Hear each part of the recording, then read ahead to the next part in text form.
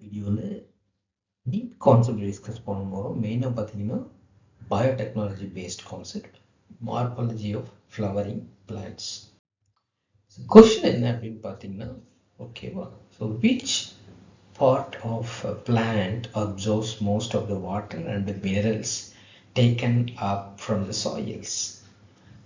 Tap roots, root hairs, take the thick part of the roots near the base of the stem, storage roots.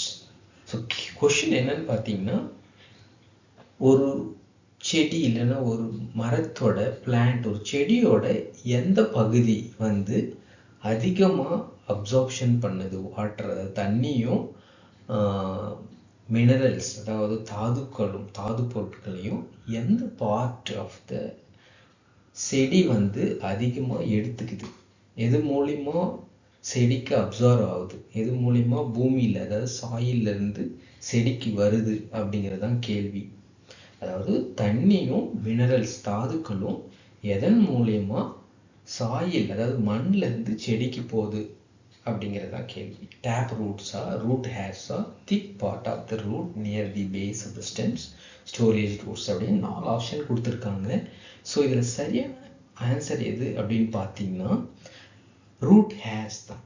பேசிக்காக root hairs தான் வந்து தண்ணி அதாவது வாட்டரையும் தாது பொருட்கள் அதாவது மினரல்ஸையும் செடிக்கு அதாவது மண்ணிலிருந்து எடுத்து போகிறதுக்கு பயன்படுது.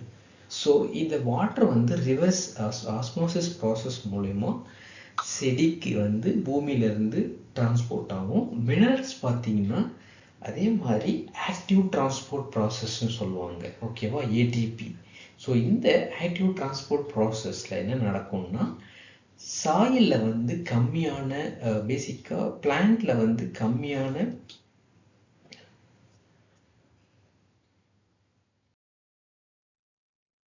இந்த ஏடிபி ப்ராசஸ் என்ன பண்ணும் அப்படின்னு பார்த்தீங்கன்னா சாயிலில் வந்து இருக்கிற கம்மியான மினரல்ஸில் கான்சன்ட்ரேஷன் கம்மியாக இருக்கிற ரீஜன்லேருந்து அதிகமாக அதாவது ஏர் ரூட்ஸில் வந்து அதிகமான மினரல் கான்சன்ட்ரேஷன் இருக்கும். ஸோ ஆக்சுவலாக ஏடிபி ப்ராசஸ் என்ன பண்ணணும்னா சாயிலில் கம்மியான கான்சன்ட்ரேஷனில் இருக்கிற ரீஜன்லேருந்து ஹேர் ரூட்டுக்கு வந்து அதிகமாக கான்சன்ட்ரேஷன் மினரல் கான்சன்ட்ரேஷன் இருக்கிற இடத்துக்கு வந்து மினரல்ஸை டிரான்ஸ்போர்ட் பண்ணும். அதுக்கு எது யூஸ் ஆகுதுன்னா ATP process, active transport process வந்து மூலயமா இந்த டிரான்ஸ்போர்ட் நடக்கும்.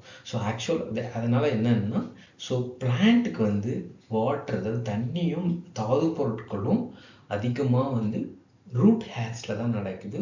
வாட்டர் வந்து ஆஸ்மோசிஸ் ப்ராசஸ்லேயும் மினரல்ஸ் தாதுக்கள் வந்து மினரல்ஸ் தாதுக்கள் வந்து பார்த்தீங்கன்னா ஏடிபி அதாவது ஆக்டிவ் டிரான்ஸ்போர்ட் மூலயமாவும் டிரான்ஸ்போர்ட் நடக்குது.